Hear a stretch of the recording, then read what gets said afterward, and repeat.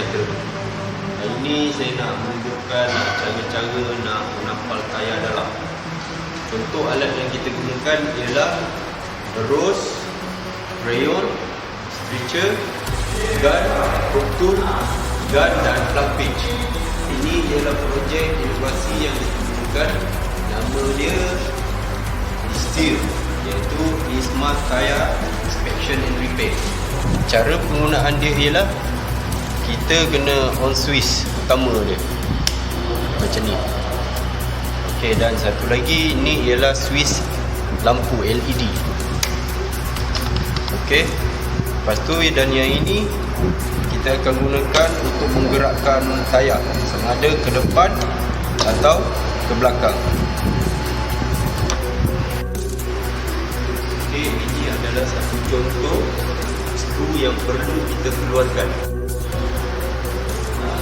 Kita perlu tandakan dengan menggunakan crayon.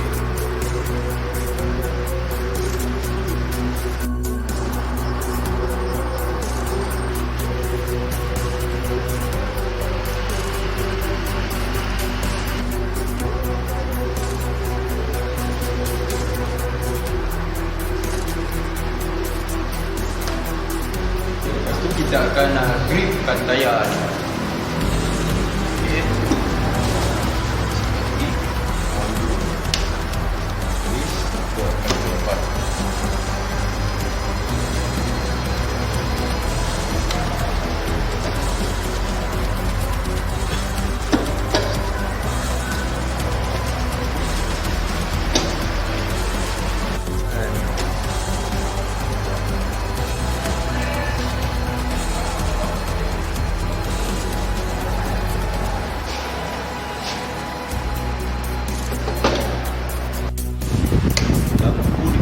Untuk memudahkan kita melihat di mana ada kesan-kesan yang rosak.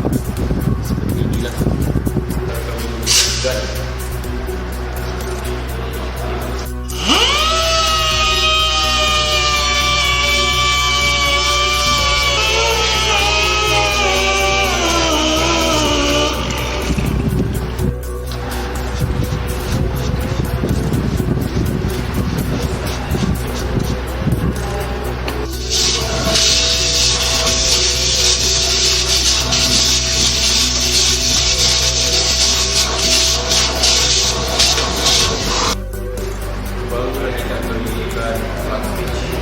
nampal dalam.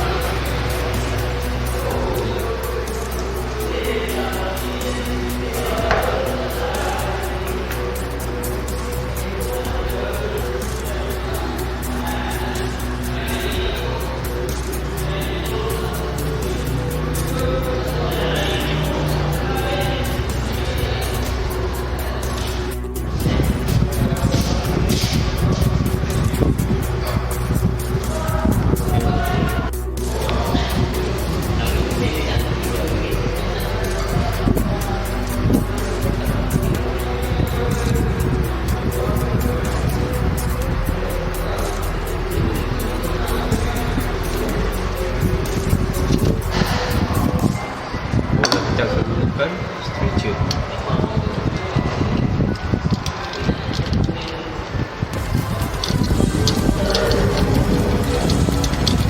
Rata saja untuk menghilangkan tanda.